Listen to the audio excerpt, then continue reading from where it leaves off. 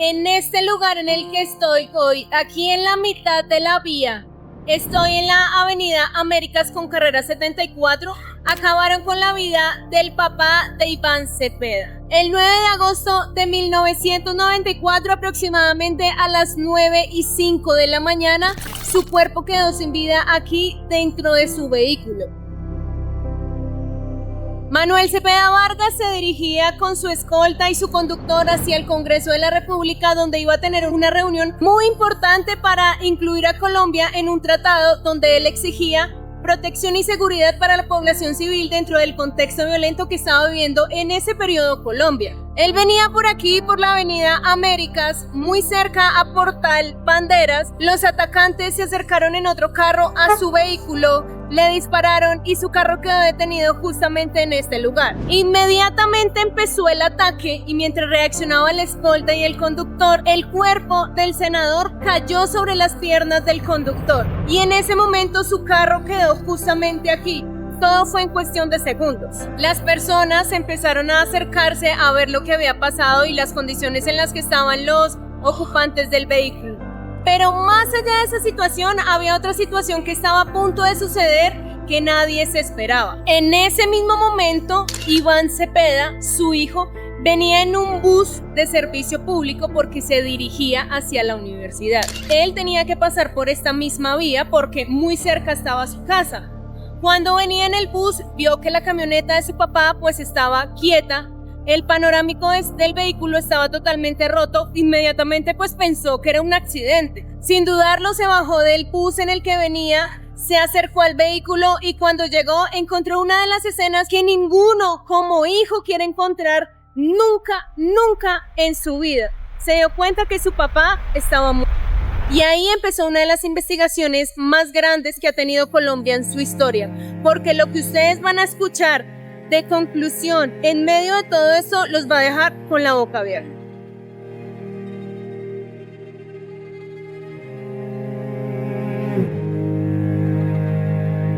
En esa época, Colombia estaba en medio del conflicto armado y uno de los grupos más grandes y violentos era la guerrilla de las FARC.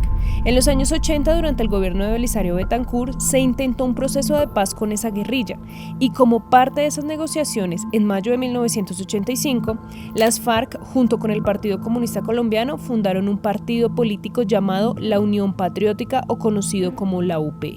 No fue un partido que surgió de la nada, realmente surgió en ese intento por parar el conflicto armado y llevarlo al terreno de la política legal donde ellos pudieran participar en las decisiones que se tomaran para el país. Y como lo describe la Comisión Interamericana de Derechos Humanos, que aquí lo tengo escrito porque muchos dicen que me invento la información y no me la invento, miren todo lo que yo hago para poderles transmitir el mensaje. Dice, la Unión Patriótica se concibió como una alternativa política frente a la estructura tradicional del poder y como un canal de manifestaciones de protesta civil y popular y asimismo como un mecanismo político para la posible reasimilación de miembros desmovilizados de la FARC a la vida civil.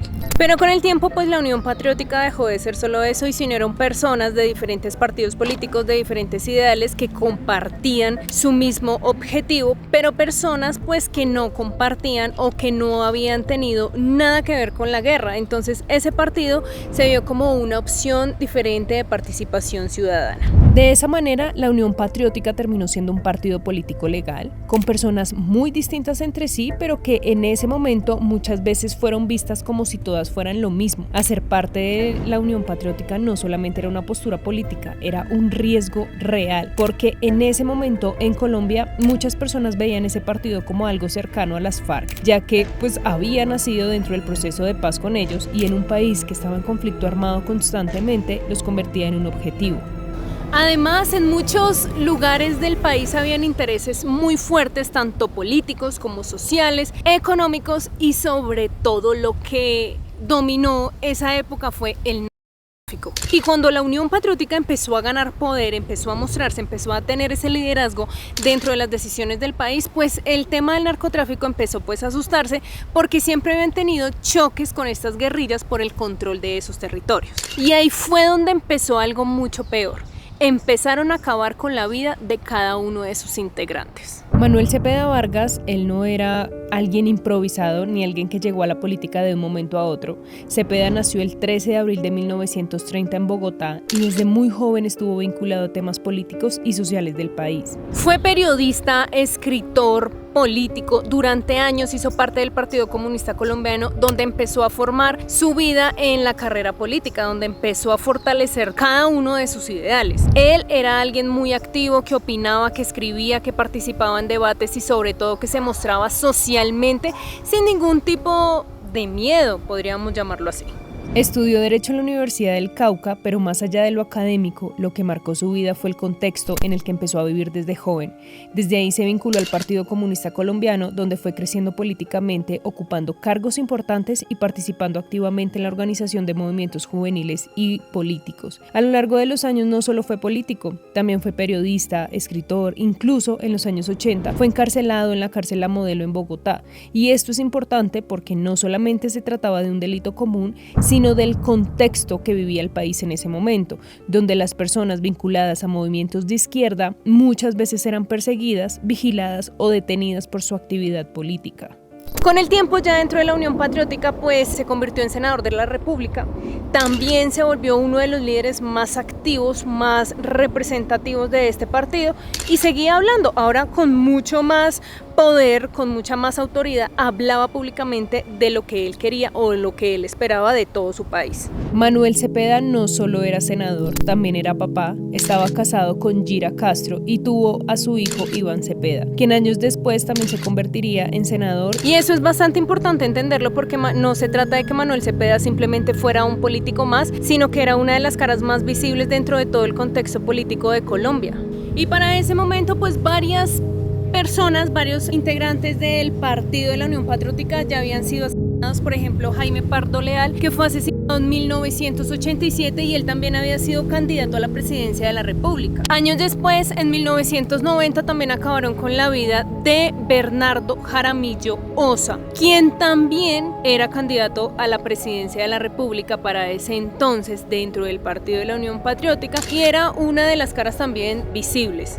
Pero no se trataba solamente de candidatos a la presidencia, también habían alcaldes, líderes sociales, también habían concejales y todos de distintas partes del país, ya prácticamente ninguno se salvaba. Y pues con el tiempo esas denuncias se empezaron a intensificar porque no se trataba de un solo plan. Con el tiempo empezaron a existir varios planes que se llamaban así. Eran operaciones diseñadas para exterminarlos.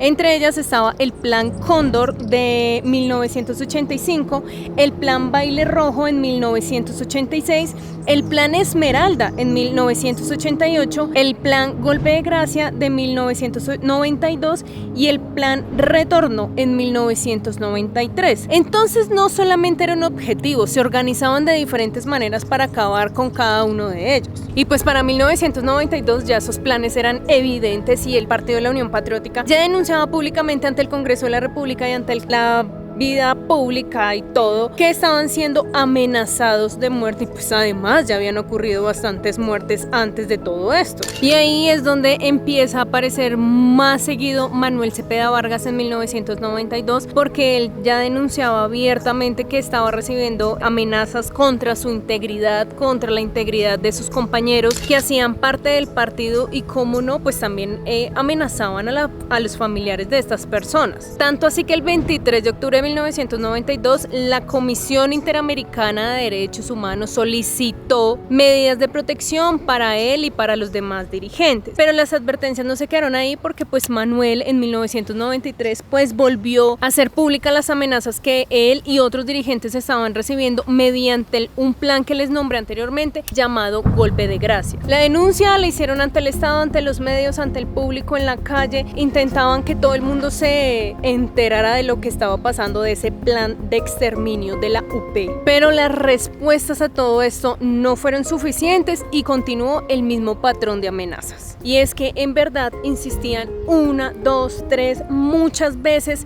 que la vida de ellos estaba en riesgo, que necesitaban protección porque ya era un patrón criminal, como un esquema, ya tenían identificado cómo estaban acabando con la vida de los integrantes de este partido y aún así no se les dio a cada uno lo que necesitaba. Y es ahí donde el nombre de Manuel Cepeda Vargas toma muchísima más fuerza. El 9 de agosto de 1994, Manuel Cepeda en horas de la mañana salió de su casa que quedaba justo en este conjunto residencial llamado Residencial Banderas. El conjunto residencial queda allá donde viene justo ese camión, está la avenida Américas. Ya ahorita les voy a mostrar el recorrido porque es realmente muy cerca de lo que conocemos como Portal Banderas, y hacia el lado de aquí, pasando estos conjuntos, está la plaza de mercado más grande de Bogotá, que es la Plaza de Abastos. En este lugar tenía su vivienda, todos los días hacía el mismo trayecto de aquí hacia el centro de Bogotá. Además, como dato de este sector, es que aquí quedaba ubicado el primer aeropuerto de Bogotá, el que quedaba donde hicieron el monumento Banderas. Yo ya les hablé de ese video, un monumento que nunca se inauguró. Todo esto eran las pistas del aeropuerto. Aquí salían los primeros vuelos de la ciudad. Justo en este mismo lugar, salieron horas de la mañana, se iba a ir para el Congreso de la República, porque en el Congreso tenía prevista una participación en un debate sobre la adhesión de Colombia en el Tratado de Ginebra. Eso era una iniciativa para fortalecer la seguridad, la protección de la población civil, porque Colombia en ese momento, pues, como ya les he dicho, estaba en una época violenta muy complicada. El recorrido era muy sencillo, salió por esta portería en su carro Mitsubishi Montero color verde de placa BBZ824. En el carro con él iba su conductor llamado Eduardo Fierro Palomo y su escolta personal Alfonso Morales Aguirre. Ellos iban los tres en el mismo carro, siempre estaban juntos. Les voy a mostrar el recorrido que hicieron para que dimensionen que ni siquiera fue lejos de su casa, fue realmente muy cerca. Es decir, que esas personas que lo estaban esperando pues estaban en algún lugar de este sector, parqueados en el carro que los iba a seguir, y ellos nunca se percataron de ese peligro que él estaba corriendo justamente en ese momento. La idea es que ustedes hagan conmigo este recorrido para que dimensionemos más todo lo que pasó en este caso. Esta es la salida vehicular del conjunto. De hecho, estos conjuntos tienen más salidas vehiculares, pero esta es la que nos lleva hacia las Américas.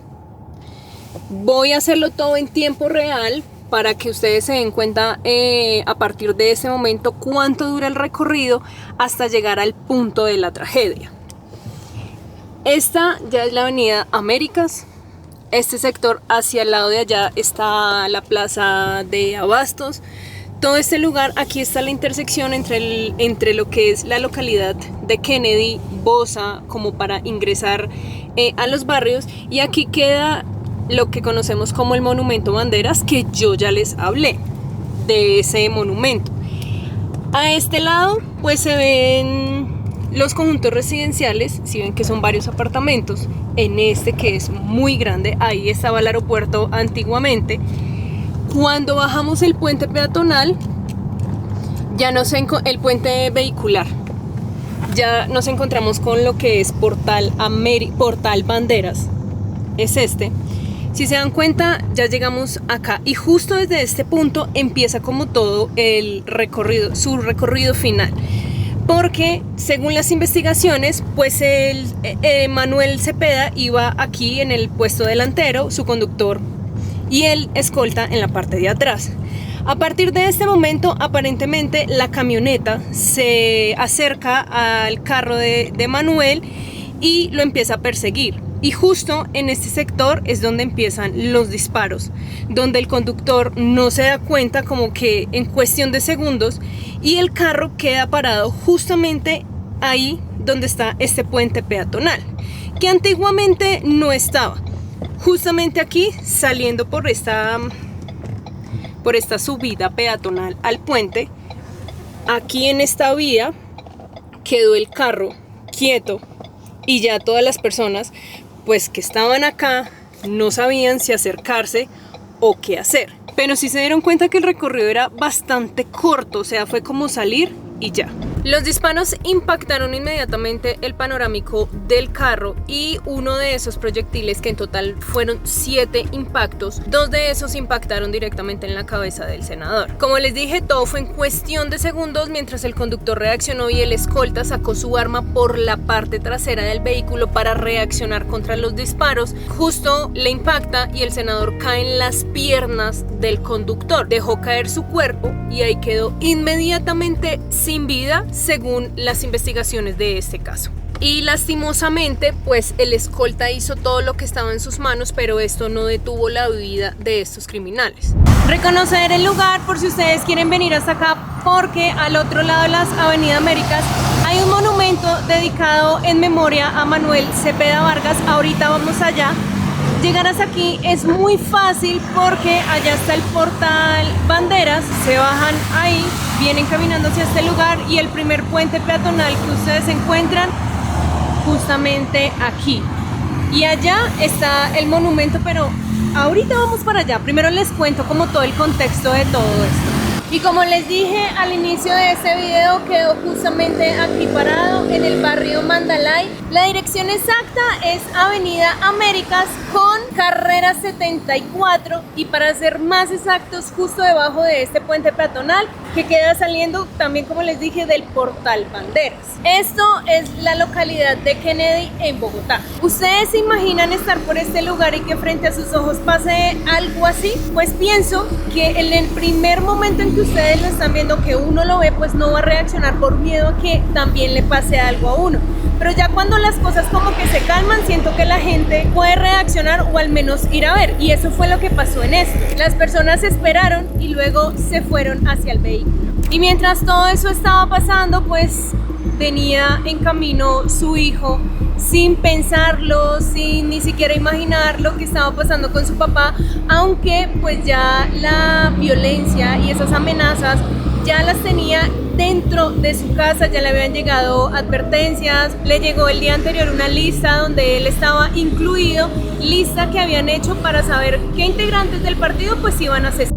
Intenté encontrar un motivo por el cual él de pronto estuviera así como tranquilo, porque si él venía en el carro, y una cosa que se me olvidó decirles es que según los relatos venía en su carro con la ventana abajo y leyendo el periódico, actualizándose de las noticias diarias. No sé qué estaría pasando por su cabeza o si de verdad él sabía que iba a pasar en algún momento y lo que él quería hacer era pues estar presente públicamente, no quedarse callado hasta el último día de su vida. No lo sé, ya toda esa información personal quedará para él, quedará para su familia, esas conversaciones íntimas dentro de su hogar, pero venía ahí en el vehículo con la ventana abajo. Y aquí, justamente en este lugar, pues llegó Iván Cepeda, bajó del bus, se acercó al vehículo de su papá y encontró una escena desgarradora, ver que su papá no tenía vida, que las amenazas se habían cumplido y que lograron alcanzar a su papá. Seguramente fue muy impactante y doloroso esa pérdida para él, y verla con sus ojos recién pasa. No tengo palabras para describir esa escena. Y pienso que todos deberíamos ser empáticos y ponernos en la posición de esas situaciones tan difíciles que vive el prójimo. No, es que me acabo de bajar del ejecutivo, yo iba para la Universidad Javeriana y acabo de ver el carro, yo pensé que era un accidente automovilístico y entonces acabo de ver esta cosa tan terrible. Así que yo le pido al país, le pido al presidente Samper, a quienes tienen que ver con la justicia en Colombia, que hagan algo en contra de esta ofensiva contra los dirigentes de izquierda y que no quede este crimen impune. Aquí terminó su carrera política, terminaron sus ideales, pero actualmente su hijo Iván Cepeda pues siguió como su legado político, su carrera política. Estamos en marzo del 2026 grabando este video. Actualmente es candidato a la presidencia de la República de Colombia. Entonces él sí siguió esa línea política independientemente de si compartía o no compartía los ideales con su papá. Ahora sí, los voy a llevar a ese lugar que prácticamente todo el mundo pasa desapercibido, que no se da cuenta y ni siquiera hay tanta información que los recuerde para que las personas puedan venir a visitarlo.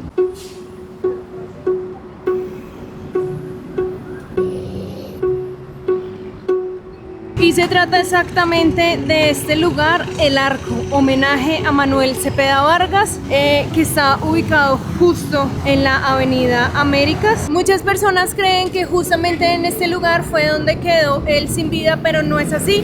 Está ubicado como un símbolo para su memoria, pero muy cerca del lugar. Como les dije, queda cruzando el puente, allá justo más o menos donde está este edificio negro. Este arco fue ubicado aquí y espero que de ahora en adelante los que pasan seguido por las Américas antes de llegar al portal Banderas, lo vean y sepan que aquí hay algo también que hace parte de nuestra historia como país. El artista detrás de la obra es Edgar Negrete, uno de los escultores más importantes de Colombia, famoso por sus esculturas metálicas geométricas. Las figuras de rombos y diamantes del arco representan conocimiento y la unidad comunitaria. El color verde simboliza la esperanza, la vida y la naturaleza. El color amarillo representa la riqueza del pensamiento. Y el color rojo se mantiene en pequeños diamantes para recordar la sangre derramada y la fuerza de resistencia. El monumento a Manuel Cepeda fue inaugurado el 9 de agosto del 2010, fecha que se eligió para que coincidiera con el aniversario número 16 de su magnicidio. Su instalación fue una medida de reparación simbólica ordenada por la Corte Interamericana de Derechos Humanos tras declarar al Estado colombiano responsable del asesinato del senador. Y tristemente, como siempre vemos en la ciudad, nada se salva de esos animales que les gusta rayar eso. Es que yo dejé de decirles animales porque ni los animalitos son capaces de hacer este tipo de cosas dentro de lo que hace parte de nosotros. ¿Cómo le pondríamos al que escribió esto? El recuerdo, 100x% amor. Y yo sé que respecto al comentario que acabé de hacer, que esto hace parte de nosotros, muchos van a decir, parte mía no es, etcétera, y se va a prestar para muchas cosas, pero sí, señor, hace parte de usted también, porque es que usted hace parte de este país y usted también hace parte de esta historia, así usted esté de acuerdo o no esté de acuerdo con los ideales de los demás. Si es o no es su inclinación política, igual todo esto merece respeto, como respetar los ideales del otro. Porque, como yo siempre les cuento historias, pues ustedes no saben los mensajes que me llegan a mí ubicándome en izquierda o derecha. Antes era liberal y conservadora, ahora es al revés, y como vieron en la pantalla negra que les publiqué al inicio, toda historia que cuente no hace parte de mis ideales. Sean o no sean, no se los voy a decir y mucho menos nunca voy a influenciar en sus decisiones.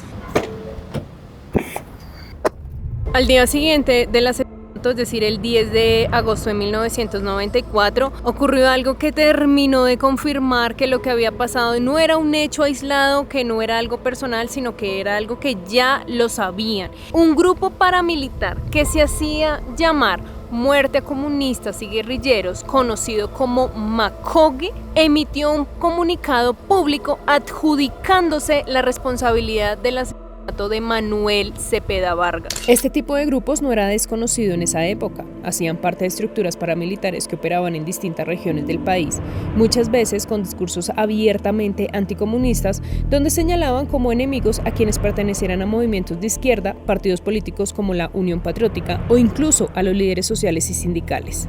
Y es que ese comunicado no solamente era para adjudicarse el crimen que habían cometido, sino para enviar otro mensaje mucho más claro a todos los dirigentes políticos del país que hicieran parte del Partido Comunista. Mencionaron nuevamente a Manuel Cepeda Vargas, a Aida Abella, Álvaro Vázquez y otros miembros que participaban activamente dentro de la Unión Patriótica. Dentro de ese comunicado los tildaban como comisarios políticos de los bandoleros. Era una forma de más bien estigmatizarlos y relacionarlos directamente con la guerrilla y con todos estos movimientos violentos del país. Pero de verdad lo que más llamó la atención de ese comunicado no fue de pronto la amenaza, sino que estaban justificando el crimen, lo que había pasado el día anterior. Decían que las instituciones estaban siendo muy permisivas al aceptar este tipo de personas dentro de la política y describían el crimen de Manuel Cepeda no como un acto violento como en contra de ellos, sino más bien como un castigo por no hacerles caso. Incluso dentro de ese mismo mensaje utilizaban la palabra ajusticiado a Manuel Cepeda y advertían que eso no iba a terminar ahí y que iban a seguir, que ya tenían una lista que le había llegado a las manos de Manuel Cepeda un día antes de su muerte, el 8 de agosto. Y pues ahí era donde yo les decía ahorita que no sé qué podría podría estar pasando por la cabeza de Manuel Cepeda una vez recibió la lista y al otro día salió completamente normal hacia su trabajo? No solamente iban dirigidos a las víctimas directas, sino a todos los que pensaran parecido, a todos los que hicieran parte de estos espacios políticos o incluso a quienes consideraran entrar.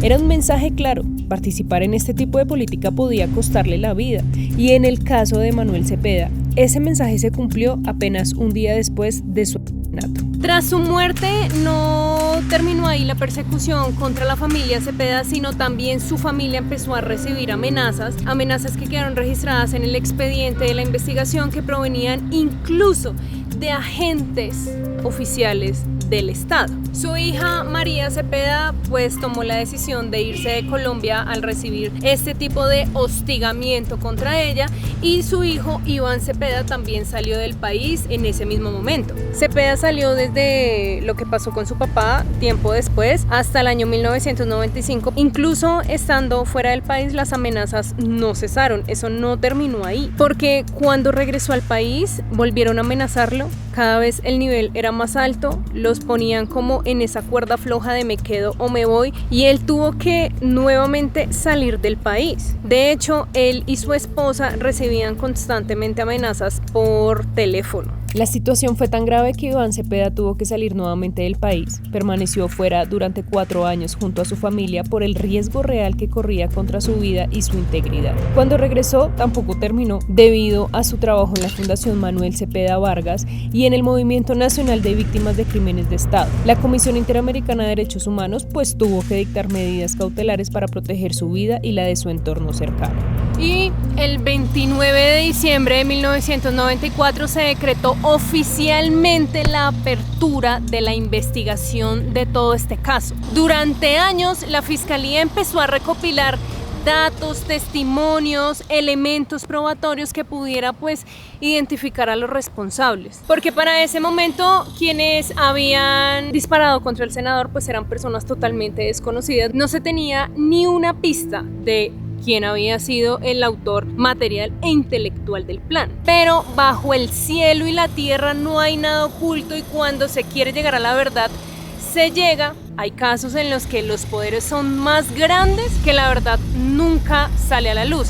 Pero en este caso, pasados los años, la investigación logró establecer que quienes estaban detrás del atentado no eran simples criminales contratados y ya, no. Se trataba nada más y nada menos que de 2 suboficiales del ejército colombiano: Hernando Medina Camacho y Justo Gil Zúñiga. Ellos fueron identificados como los autores materiales de este asesinato.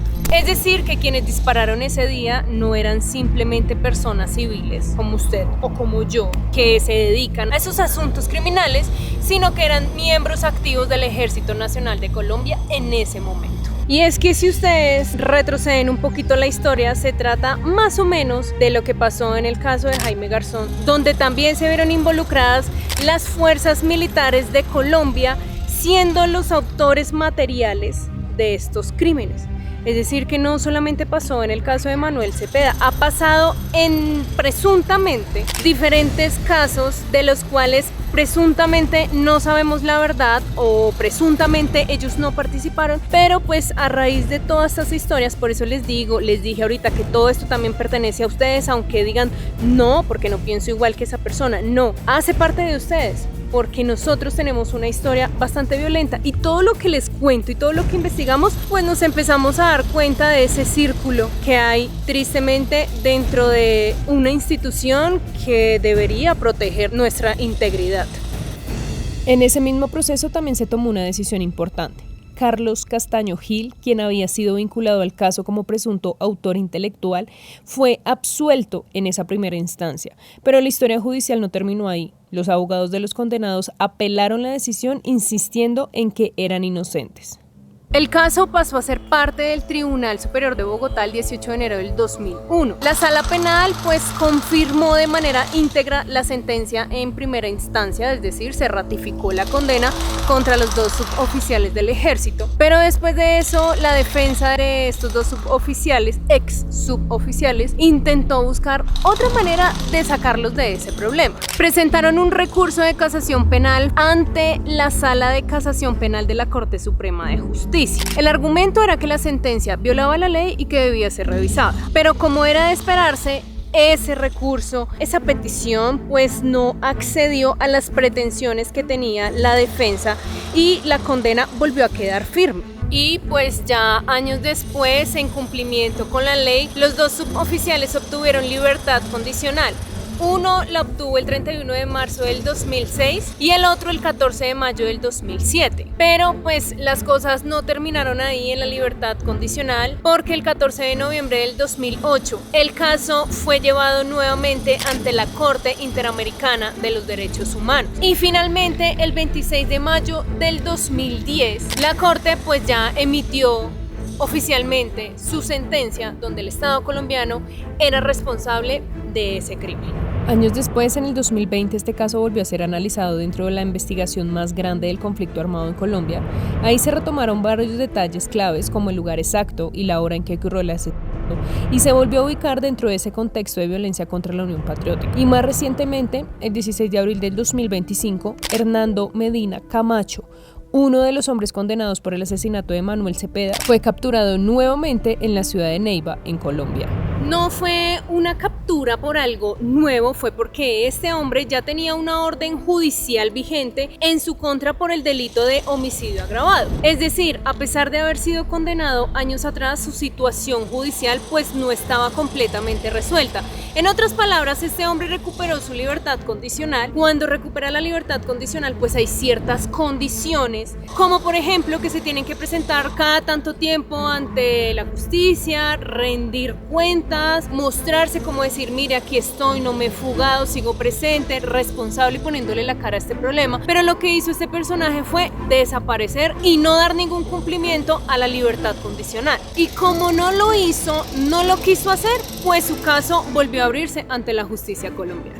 El propio Iván Cepeda, hijo del senador, se pronunció recordando que este hombre había participado directamente en el crimen y que a pesar de la condena, cumplió menos de una década de prisión. También aseguró que con los años había tenido más información sobre otras posibles actividades criminales de este sujeto en las que estaba involucrado. Pero hay algo más. En 2025 se cumplieron 15 años de la sentencia internacional que responsabilizó al Estado colombiano por este asesinato. Una decisión que dejó claro que lo que pasó ahí, en ese lugar, que la muerte de Manuel Cepeda Vargas no fue un hecho aislado, sino un patrón de violencia contra un movimiento político. Y hoy, en el 2026, esta historia sigue presente no solo en los expedientes, sino en la historia de nuestro país.